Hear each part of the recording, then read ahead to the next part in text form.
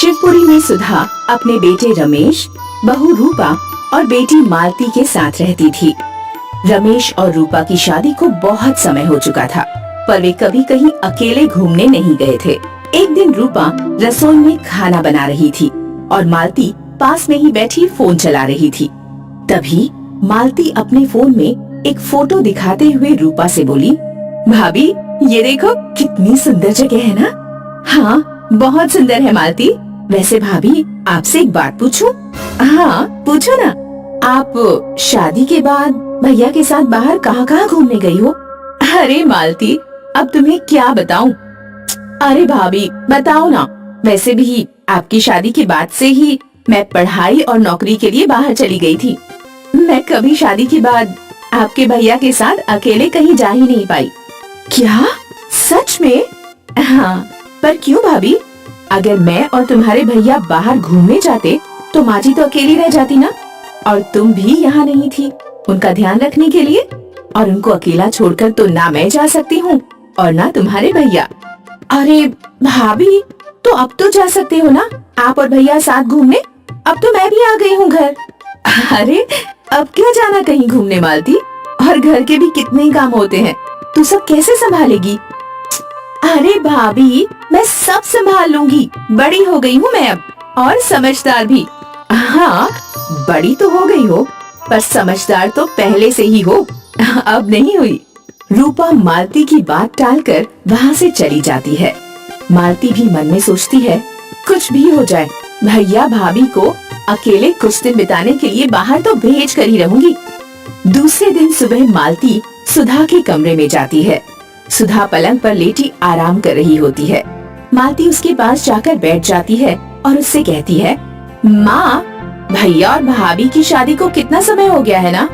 हाँ बेटा बहुत समय हो गया है, पर कभी आपने उन लोगों को खुद के लिए समय निकालते देखा है? भाभी दिन भर घर के काम में और आपकी सेवा में लगी रहती हैं, और भैया ऑफिस के काम में। वो दोनों शायद ही कभी शादी के बाद 2 दिन के लिए भी अकेले कहीं गए होंगे। ये तो तू सही कह रही है बेटा, पर हम क्या कर सकते हैं? कर सकते हैं ना, उन्हें कहीं बाहर भेज सकते हैं, पर वो ऐसे शायद ही माने। हाँ मुझे पता है वो ऐसे नहीं मानेंगे, पर मेरे पास एक आइडिया है। क्या?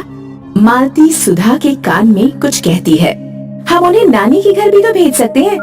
पर बेटा नानी का घर तो जंगल जैसे इलाके में है, और वहाँ तो अब कोई रहता भी नहीं है। इसीलिए ही तो माँ वहाँ कोई रहता भी नहीं है, और जंगल मतलब हरियाली, झील, नदियाँ भाभी और भैया को बहुत अच्छा लगेगा। और माँ वैसे भी नानी का घर कोई ऐसे वैसे जंगल में नहीं है। हाँ सही कह रही है तू, ये तो बहुत अच्छा सुझाव है। रात को खाने पर रमेश से बात करेंगे। हाँ रात को रूपा मेज पर खाना लगाती है। सुधा, मालती और रमेश तीनों कुर्सी पर बैठे होते हैं। सुधा रमेश से कहती है, बेटा बहुत दिन हो गए तुम्हें नानी के घर गए। मुझ में तो अब इतनी हिम्मत नहीं कि सफर करूं, पर तुम्हें तो पता ही है कि मैं वहाँ के जंगल में अकेली परेशान हो जाऊंगी, और मुझ में अब इतना साहस भी नहीं है, और मालती का भी मन नहीं है। बेटा मेरा मन है कि तू और रूपा दोनों 2-4 दिन के लिए घूम आओ। पर माँ काम भी है और ऑफिस में भी बेमतलब छुट्टी लेना मुझे ठीक नहीं लगता। हाँ माँ मैं भी आपको अकेला छोड़कर नहीं जा सकती। अरे अकेली कहाँ हूँ, मालती है तो मेरे पास, और अगर तुम दोनों ना जा सको तो मैं ही चली जाऊंगी। सुधा की बात सुन रमेश और रूपा एक साथ बोले, नहीं माँ जी आप परेशान ना हो। हाँ माँ हम दोनों चले जाएंगे, तुम अकेले वहाँ परेशान हो जाओगी, मैं और रूपा चले जाएंगे। रमेश और रूपा दूसरे दिन सुबह सुधा की माँ के घर के लिए निकल जाते हैं। सुधा की माँ का घर जंगल की हरियाली के झरने के पास बना होता है। खूबसूरत हरियाली देखकर रमेश मुस्कुराकर रूपा से कहता है, कैसा लग रहा है रूपा? बहुत अच्छा, बहुत दिनों बाद कहीं आए हैं, बहुत सुकून मिल रहा है। पर इस घर में तो बिछौना ही नहीं है, मैंने पूरा घर छान मारा। अरे तुम भी ना रूपा, यहाँ भी तुम्हारे पास ढेरों काम है। रमेश की बात सुन रूपा का मुंह उतर जाता है। रमेश रूपा को देख मुस्कुरा कर कहता है, अरे मेरी रामुड़ी तुम क्यों चिंता करती हो, अभी आ जाएगा बिछोना, बस तुम मुंह ऐसे ना उतारो। यहाँ जंगल में कैसे मिलेगा? यहाँ क्या तुमने कोई बिछोने की फैक्ट्री खुलवा रखी है? इन आदिवासी जंगलों की झाड़ की पत्तियों से। पत्तियों से? कुछ भी। अरे ये ऐसी वैसी पत्तियां नहीं है, और ना ये जंगल कोई ऐसा वैसा जंगल है। मतलब? ये आदिवासी जंगल है। यहाँ की झाड़ियों की पत्तियां अद्भुत हैं। रुको, 10 मिनट रुको। रमेश झट से आदिवासी जंगल के झाड़ पर चढ़कर पत्तियां तोड़कर बिछौना बनाता है और रूपा को दिखाता है। रूपा बिछौना देखकर खुश हो जाती है।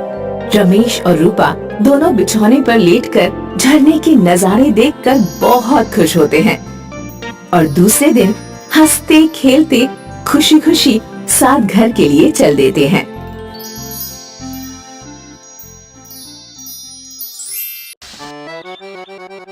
मिर्जापुर गांव में माया देवी अपने 2 छोटे बच्चों के साथ रहती थी। बारिश के मौसम में एक दिन रात को बाढ़ आ जाती है और पूरा गांव पानी में डूब गया। गांव के लोग वहां से जान बचाकर भागे। माया देवी भी अपने छोटे बच्चों के साथ पड़ोस के सिकंदराबाद में पहुंची। माया को देखकर सिकंदराबाद का सरपंच आया और बोला, ए बुढ़िया, हमारे गांव में क्यों आई है? सरपंच जी, आप तो जानते ही हैं कि हमारे गांव मिर्जापुर में बाढ़ ने अपना कहर दिखाना शुरू कर दिया है।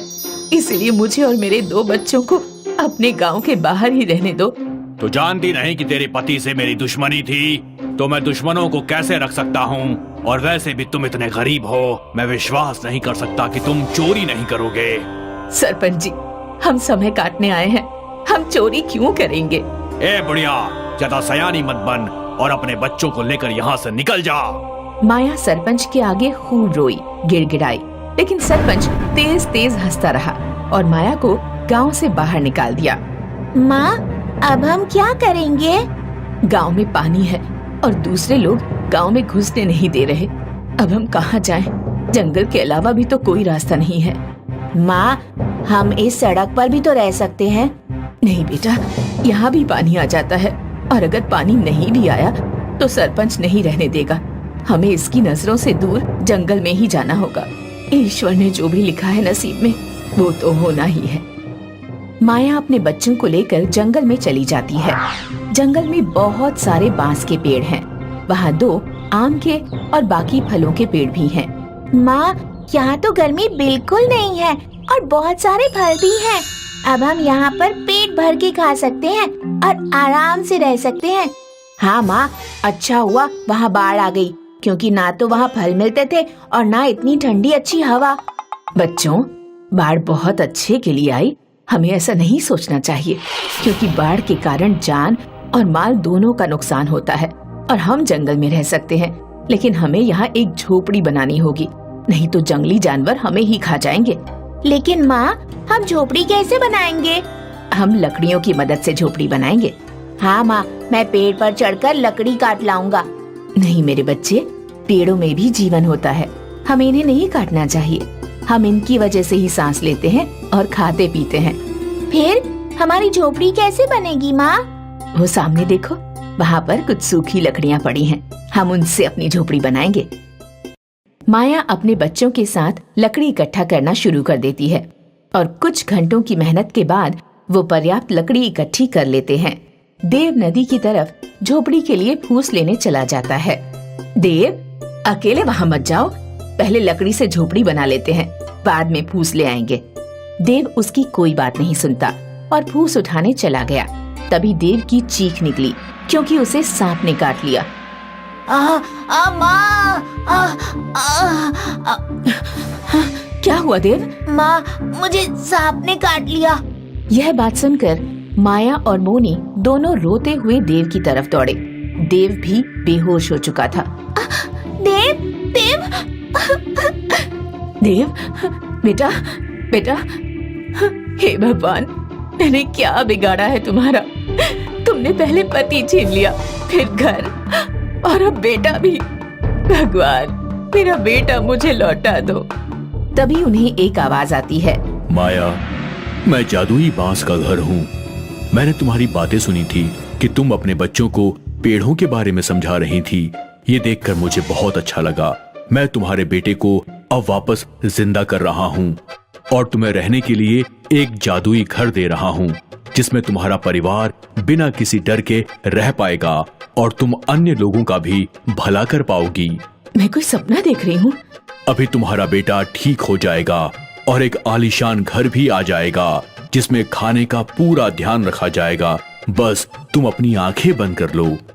माया और मोनी अपनी आंखें बंद करते हैं और जादुई बांस का घर बनकर तैयार हो गया जो दिखने में बहुत ही सुंदर है।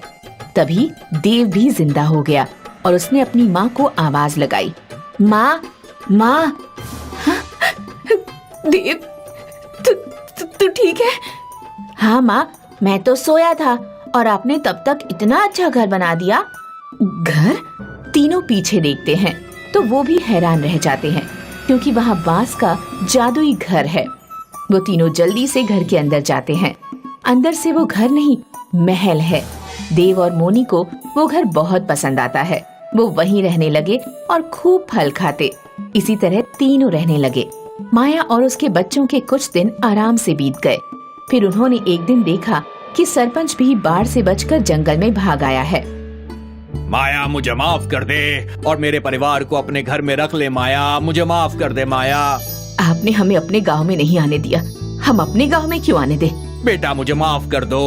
कोई बात नहीं सरपंच जी, आ जाइए घर में। सरपंच ने जैसे ही अपने परिवार के साथ घर में कदम रखने की कोशिश की, जादुई घर ने उसको बाहर फेंक दिया और बहुत तेजी से जंगल में भी बाढ़ आ गई जिसमें सरपंच और उसका परिवार भी बह गया।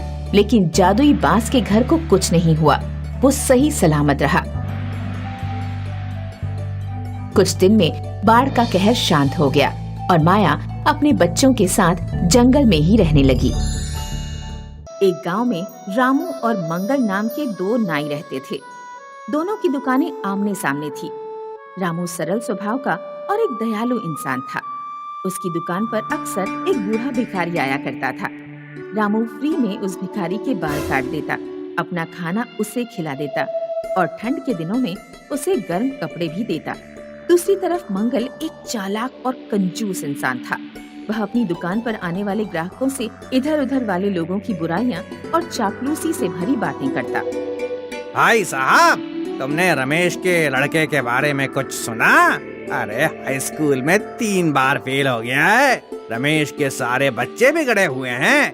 काश उसे आपके जैसे बच्चे मिले होते। रामू की पत्नी पेट से थी। एक रात रामू की पत्नी के पेट में बहुत तेज दर्द उठा। रामू अपनी पत्नी को लेकर कुछ दिनों के लिए शहर में हॉस्पिटल चला गया। उस समय जब भिखारी गांव में आया तो उसने देखा कि रामू की दुकान बंद है। भिखारी मंगल की दुकान पर गया और बोला, बेटा, रामू की दुकान बंद है। क्या तुम मुझे खाने के लिए कुछ दे दोगे और मेरे बाल काट दोगे बेटा? अरे हाँ बड़ो, क्या तुम मुझे रामू की तरह फालतू समझते हो? मेरी दुकान पर हमेशा ग्राहकों की भीड़ लगी रहती है और मैं बहुत व्यस्त रहता हूँ। तुम्हारे बाल काटने का समय मेरे पास नहीं है और वैसे भी अगर मैं तुम्हारे गंदे बाल काटूंगा तो मेरे हाथ और औजार गंदे हो जाएंगे। रही बात खाने की, तो मैं खाना होटल पर जाकर खाता हूँ। अब निकल लो यहाँ से, मेरा टाइम बर्बाद मत करो। कुछ दिनों बाद रामू जब अपनी पत्नी को शहर से लेकर लौट रहा था तो उसने देखा कि बूढ़ा भिखारी सड़क पर गिरा हुआ है। रामू ने अपनी पत्नी को घर भेज दिया। बूढ़े भिखारी को कंधे पर डालकर गांव के डॉक्टर के पास लेकर पहुंचा। मैं इन्हें होश में नहीं ला पाऊंगा। शारीरिक कमजोरी और लगातार कई दिन भूखे रहने के कारण इनके शरीर में खून और ग्लूकोज की कमी हो गई है। तुम्हें इन्हें हॉस्पिटल ले जाना पड़ेगा। रामू अभी अभी हॉस्पिटल से अपनी पत्नी की डिलीवरी कराकर आ रहा था। उसके काफी पैसे खर्च हो चुके थे। रामू के पास भिखारी को हॉस्पिटल में एडमिट करने के पैसे नहीं थे। अगर बाबा को हॉस्पिटल में एडमिट कराना है तो एक ही तरीका है, मुझे घर या दुकान में से कोई एक चीज गिरवी रखनी पड़ेगी। घर गिरवी रख दूंगा तो पत्नी और बच्चों के लिए परेशानी होगी। दुकान ही गिरवी रख देता हूँ। कुछ दिन ज्यादा मेहनत करके दुकान को छुड़ा लूंगा।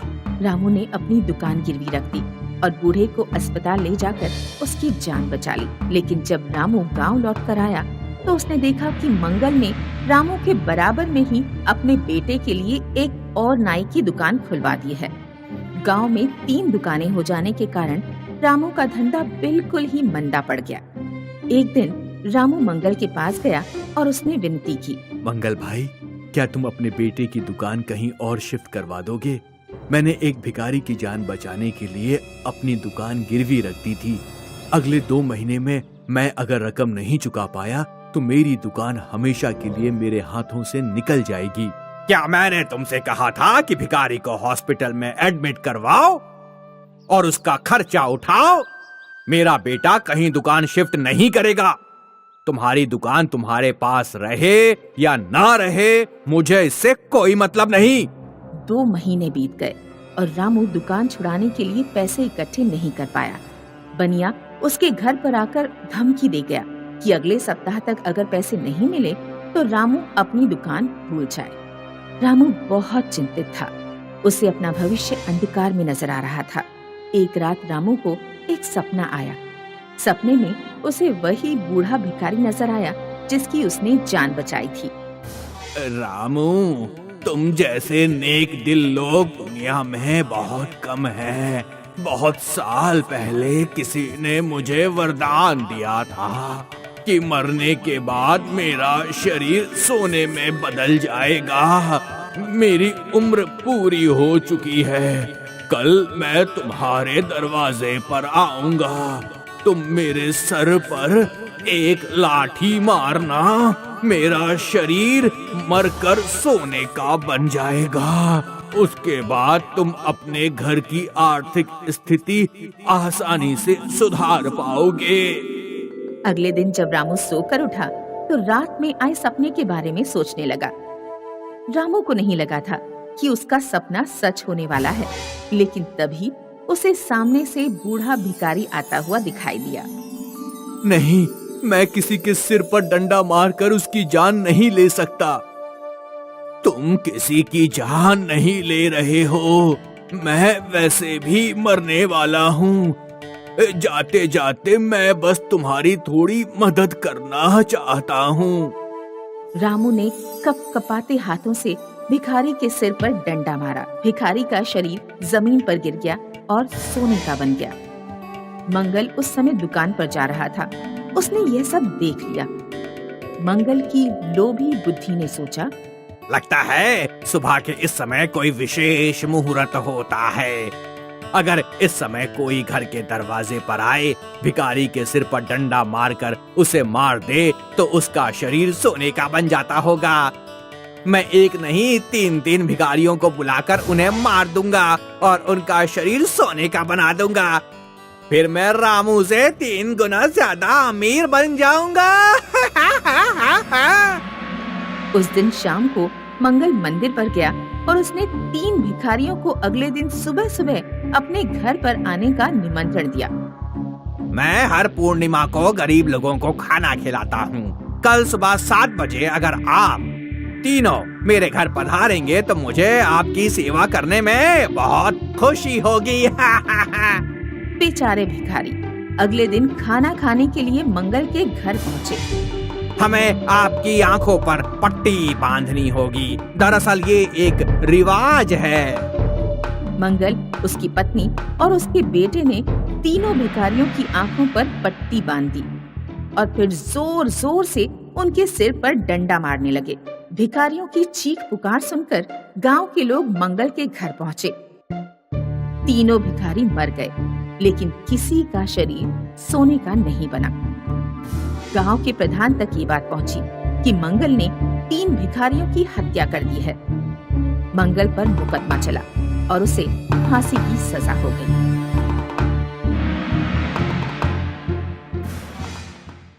पिछले पार्ट में आपने देखा कि जब बाढ़ आने पर सरपंच ने माया और उसके छोटे बच्चों को गांव से बाहर निकाल दिया था, तब कैसे जादुई बांस के घर ने उनको शरण दी और सरपंच को उसके किए की सजा दी। पर सरपंच और उसका परिवार बाढ़ के पानी में डूब गए थे।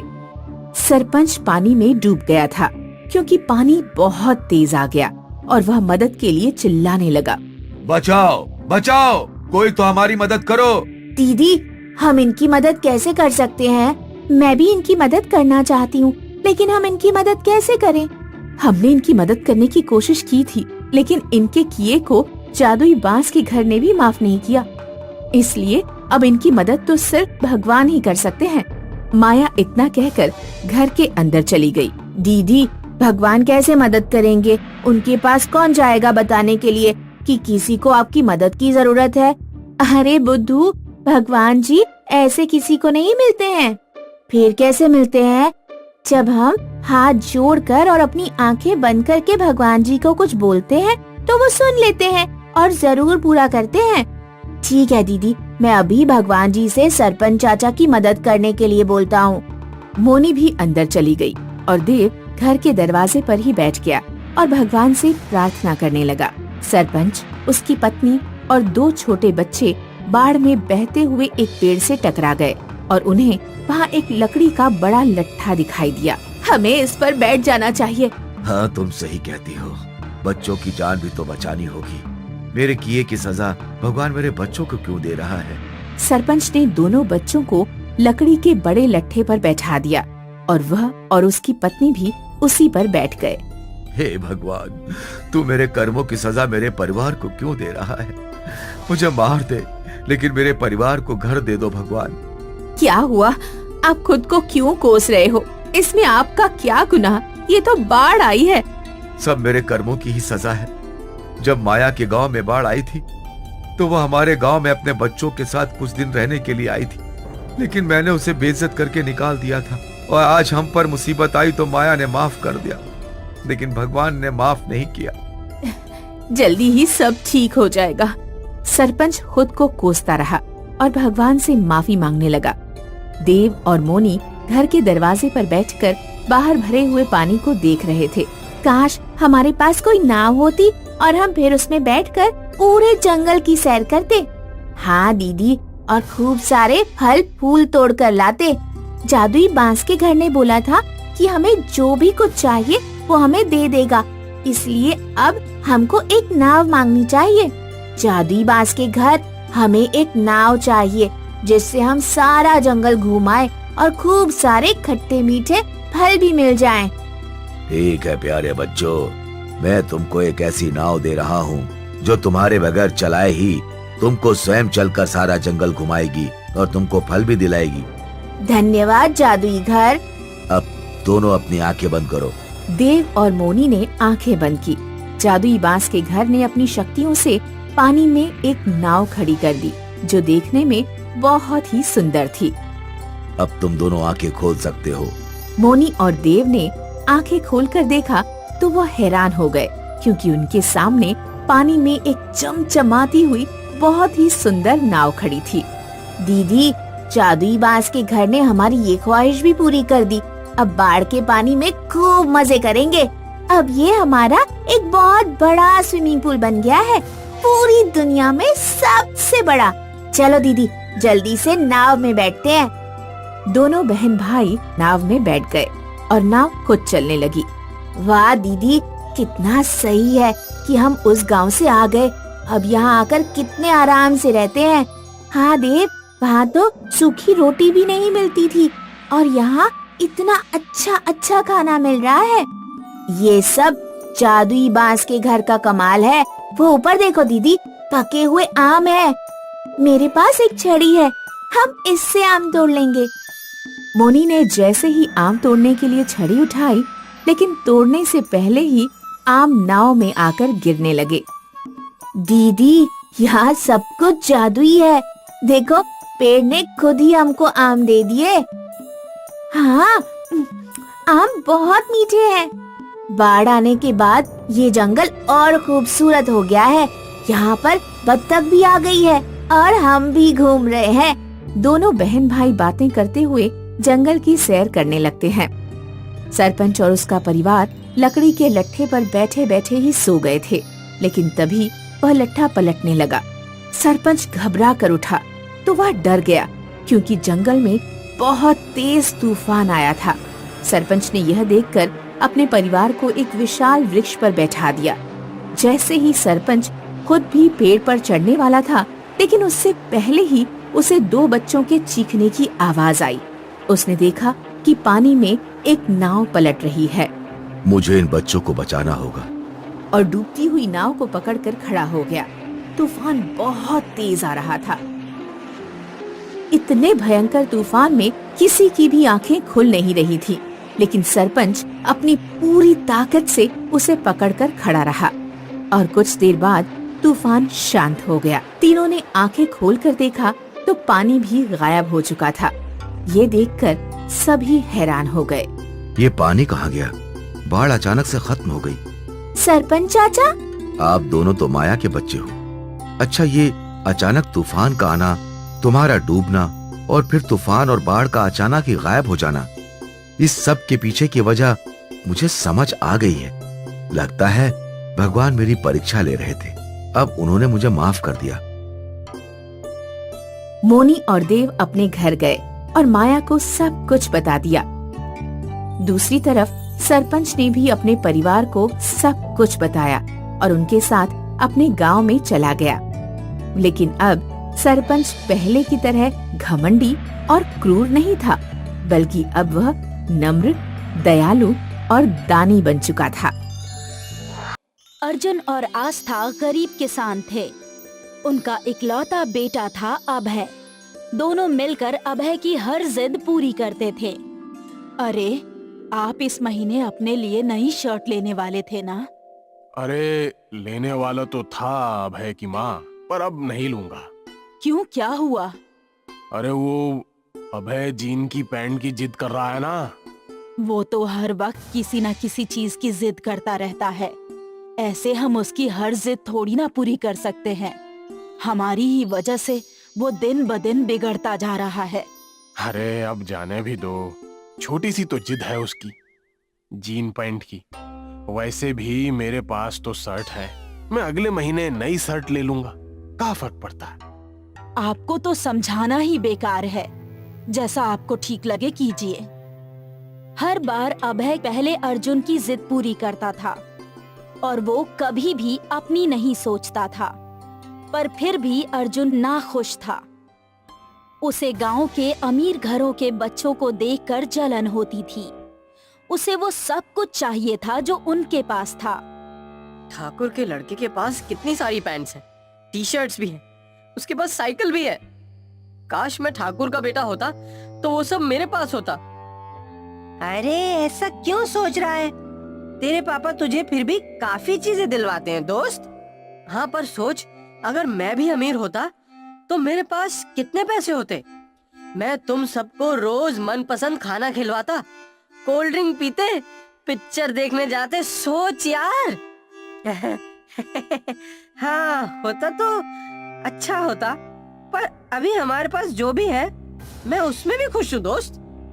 घर में उसके माँ पापा दोनों बैठे थे। अर्जुन पापा के पास गया।